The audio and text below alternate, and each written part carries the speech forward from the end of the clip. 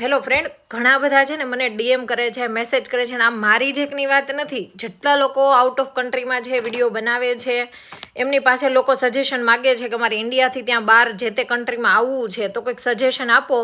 આજે હું તમને એક કિસ્સો સંભળાવવાની છું. કાલે જ મારે એક ભાઈ જોડે વાત થઈ હતી. જોકે મારે આમાં ડીપમાં ઉતરવું નહોતું, પણ થોડુંક પછી મને એવું લાગ્યું એટલે મેં એમના પાસે બધું જાણ્યું.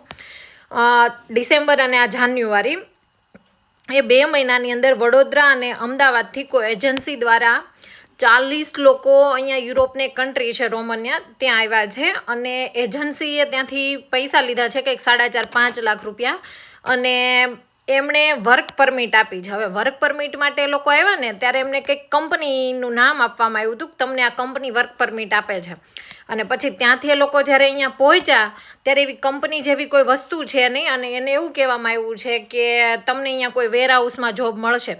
હવે ક્યુ વેરહાઉસ છે, ક્યાં છે, શું છે, કઈ સેલરી છે, કોઈ પણ પ્રકારની ચોખવટ કરેલી છે નહીં. એટલે મહેરબાની કરીને તમે કોઈ પણ જગ્યાએ જે તે કન્ટ્રીમાં જવા માગો છો, થોડુંક જાણો. કોઈ એજન્ટ છે એ જો ભાઈ અહીંયા કોઈ આવતું નથી, એ બસ ત્યાંથી તમને આવવા માટેના વિઝા ખાલી ફક્ત કરાવી આપે છે. કોઈ અહીંયા આવીને રૂબરૂ આવીને જોઈ નથી જતું કે રિયાલિટી શું છે. એમણે ખુદે કંપની નથી જોઈ હોતી. હવે એ ભાઈનું જો એ ભાઈ તો મને ખુદ એવું કીધું છે કે બેન તમે મારું નામ લેજો, પણ મારી ભાઈનું નામ નથી લેવું. એ ભાઈ વડોદરાના છે પ્રોપર.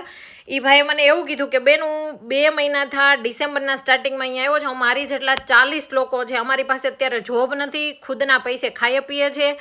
એજન્ટને ફોન કરીએ છીએ તો એવું કહે છે કે તમને મળી જશે જોબ. હવે જે કંપની થ્રુ આવ્યા હતા ને એવી કોઈ કંપની નથી. વેરહાઉસનું કીધું તો એવું કોઈ વેરહાઉસવાળા કોઈ અમને રિપ્લાય નથી આપતા. તો અમારે કરવાનું શું? એ ભાઈ એવું કીધું કે મેરિડ છે ને, પોતાના છોકરાના ફ્યુચર માટે આવ્યા છે, એમનો બાબો નાનો છે, કે બેન મારે શું કરું, તમે મને કંઈક સજેશન આપો. પહેલી વાત તો એ કે એ ભાઈને તો મેં મારી રીતે જવાબ આપ્યો છે, પણ જે લોકો બહાર આવવા માગે છે ને બધું જાણો. એમનામાં અહીંયા આવવાતું નથી, સહેલું નથી. તમારા પૈસા જશે, ઉપરથી તમને કોઈ પણ પ્રકારનો રિપ્લાય નહીં મળે. તમારે આવવું હોય ને તો બેસ્ટ સજેશન આપું, વર્ક પરમિટ નામની કોઈ વસ્તુ છે જ નહીં. તમને અહીંયા કોઈ મફત લાવશે નહીં. સ્ટુડન્ટ વિઝા ઉપર આવો, ધ બેસ્ટ વે છે. સ્ટુડન્ટ થ્રુ આવો અને સ્ટુડન્ટ વિઝા બને તમારા, અને પછી તમે અહીંયા સ્ટડી પૂરું કરો એટલે તમને તમારા જે કાંઈ સ્ટડી બેઝમેન્ટ ઉપર જોબ મળે ને પછી વર્ક પરમિટ કરાય. બાકી આવી કોઈ વર્ક પરમિટ નામની વસ્તુ કે છે જ નહીં. એટલે મહેરબાની કરી અને આ બધું છોડો. બાકી કઈ રીતે અવાય શું છે એનો વિડીયો હું નેક્સ્ટ બનાવીશ. પણ આ વસ્તુ પ્લીઝ જેટલા મને મેસેજ કરે છે, જે લોકો બહાર આવવા માગે છે, એમના માટે છે.